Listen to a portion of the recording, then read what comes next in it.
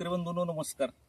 मी आपला कृषी मित्र भाऊसाहेब पवार परत एकदा आपल्या कृषी टेकच्या नव्या व्हिडिओमध्ये आपलं मनपूर्वक स्वागत करतो.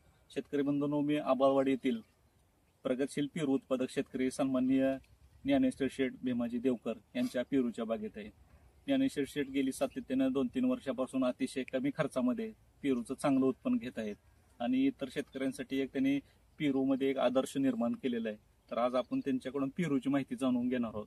शेठ नमस्कार. नमस्कार. सर्वप्रथम आमच्या सर्व शेतकरी बांधवांना माहिती द्या की ही पेरूची व्हरायटी कोणती आहे? ही व्हरायटी आहे तायवान पिंक. आणि हे या पेरूचे लागवडीचं जे अंतर आहे हे लागवडीचं अंतर किती आहे? 11 बाय 4.5 फूट. 2 बेड मधलं फूट 11 फूट आणि 2 झाडातलं अंतर 4.5 फूट. तर एकरी किती रोप लावली आहे? एकरी आपल्याला बसले 900 रोप बसले. आणि लावल्यापासून किती दिवसानंतर तुम्ही पहिला बहार घेतलाय? 7व्या महिन्यापासून आम्ही त्याला धरायला म्हणजे छाटणी करून फळ पकडायला सुरुवात केली. पहिली छाटणी पहिली घेतली छाटणी आणि छाटणीनंतर काय बुरशीनाशकची फवारणी हो घेतले ना. काय घेतलेलं आहे त्यावेळी? त्याच्यात जसे आता वातावरणानुसार जसे असं बोर्डो घेण्याचा बोर्डो गरज असतो. पहिलं छाटणी झाल्यानंतर पहिला बोर्डो घेतला. बोर्डो मध्ये एक कीटकनाशक घेतलं. बोर्डो कृषी टेकचं बोर्डो घेतलं.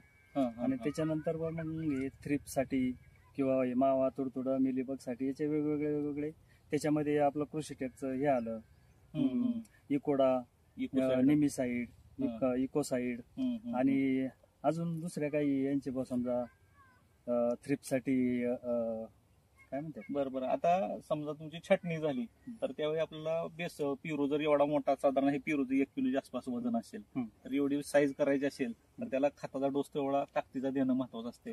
तुम्ही खताचा डोस काय दिलाय हे प्रथम सांगा. त्याला ते बोरॉन कॅल्शियम म्हणून एकत्र येतं ते ग्रेड, ते आम्ही त्याला सोडून ते ह्याच्यासोबत काय 10-20, 9-20 नाही, ते याच्या बरोबर बेसल मध्येच भरलं पहिलं. आणि सेंद्रिय खत वगैरे कोणतं वापरलंय काय? सेंद्रिय मध्ये काय नाही, मग ते संवर्धन आहेच ना. संवर्धनच वापरलं जास्त करून, दुसरं काही नाही. असं संवर्धन तुम्ही खूप वर्षापासून 10 वर्षापासून म्हणजे डाळिंबाला वापरताय. पेरूची बाग आपली 2 वर्षाची पण डाळिंबाला तर वापरताय. तर संवर्धन खताविषयी तुम्ही काय सांगचाल? नाही, ते शेतकऱ्यांनी ना, मी तर म्हणतो हे कंटिन्यू वापरलंच पाहिजे. निवळ फळबागेसाठीच नाही तर अशा सगळ्यात म्हणजे तुमचं फुलं असेल किंवा तरकारी असतील, काही सगळ्याच पिकांसाठी ते चांगलं आहे. तुमचा ऑर्गॅनिक कार्बन वाढतोय, पांढरीमध्ये चांगली चालते, मालाची क्वालिटी वगैरे एक चांगली. तुमची आता ही जो जमीन बघितलं तर तशी हलकी जमीन आहे, चमकडी आहे ह्याच्यात, तरी सुद्धा पेरूची बागेकडे बघितलं तर अतिशय चांगल्या प्रकारची झाडं डेव्हलप झाली. पेरूची साईज सुद्धा चांगली आहे. तर पुढचा प्रश्न तुम्हाला असा आहे की बाबा ह्याच्या रोगराई आणि किडी कोणत्या किंवा बुरशीनं रोग वगैरे कोणते येतात? किडी पेरूला म्हटलं तर फक्त जास्त करून मिलीबग आहे. मिलीबग साठी इकोसाईड, कृषीटेकचं हे 1 नंबर. म्हणजे तसे बाजारात अजूनही काय आहेत ते वापरायचे, त्याच्याबरोबर हे पण वापरायचं. असं हे काही ते काही आलटून पालटून. आणि निमिसाईड तर वापर, निमिसाईड ते कंटिन्यू चालू न्यूट्रास्पेड वापरतो. न्यूट्रास्पेड आहे. परत ते नो थ्रिप्स म्हणून आपल्या कंपनीचं, ते थ्रिप्स साठी एकदम छान आहे. म्हणजे थ्रिप्ससाठी ते वापरतात, तुम्ही इकोसाईड वापरतो. आता ही मालाला एवढी जर शायनिंग वगैरे आलेली आहे तर ह्यासाठी तुम्ही सायझर वगैरे काही स्प्रे घेतलाय? सायझर घेतला ना, एक स्प्रे घेतला. माल वगैरे एकदम चमक आलेली आहे, साईज चांगली झालेली आहे, माल एकदम बघितल्यावर प्रेमात पडण्यासारखा माल आहे, एकदम अतिशय छान क्वालिटी आहे. तर ह्याचं एकरी उत्पन्न वगैरे किती असतं पेरूचं काय? एकरी कमीत कमी 15 ते 20 टनापर्यंत निघत. आणि खर्च किती आहे साधारण? 1 लाख 1.5 लाख? नाही, आता कसं आहे, त्याची फळाची जी संख्या आहे त्या संख्येवर त्याचा खर्च आहे.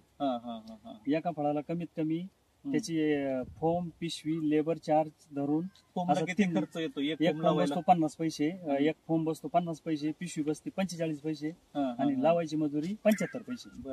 असं त्याला 2.5 रुपये खर्च येतो, बाकी खत औषध सोडून एका फळाला. म्हणजे इतर पिकापेक्षा पेरूला खर्च कमी आहे. कमी. तर शेतकरी बंधूंनो, हे होते ज्ञानेश्वर शेठ देवकर. त्यांनी अतिशय पेरूची माहिती दिलेली आहे. त्यांचा खाली नंबरही दिलेला आहे, त्या नंबरवर आपण संपर्क करू शकताय. अतिशय कमी खर्चात ते पेरूची शेती घेऊन अतिशय चांगल्या प्रकारे उत्पन्न या ठिकाणी घेत आहेत. शेवटी तुम्हाला एक प्रश्न विचारायचा आहे. ह्या व्हिडिओच्या माध्यमातून तुम्ही कृषी टेकचे जवळपास 10 वर्षापासून प्रोडक्ट वापरताय, तर इतर शेतकऱ्यांना हे व्हिडिओच्या माध्यमातून काय सांगचाल? मी एवढंच सांगेल की कृषी टेकची वापरायची असं सुद्धा नाही, पण त्याच्याबरोबर दुसरं घेऊन जास्त करून कृषी टेकच वापरलं पाहिजे. ते सगळं जैविक मध्ये येते, केमिकल त्याच्यात फार कमी प्रमाणात आहे.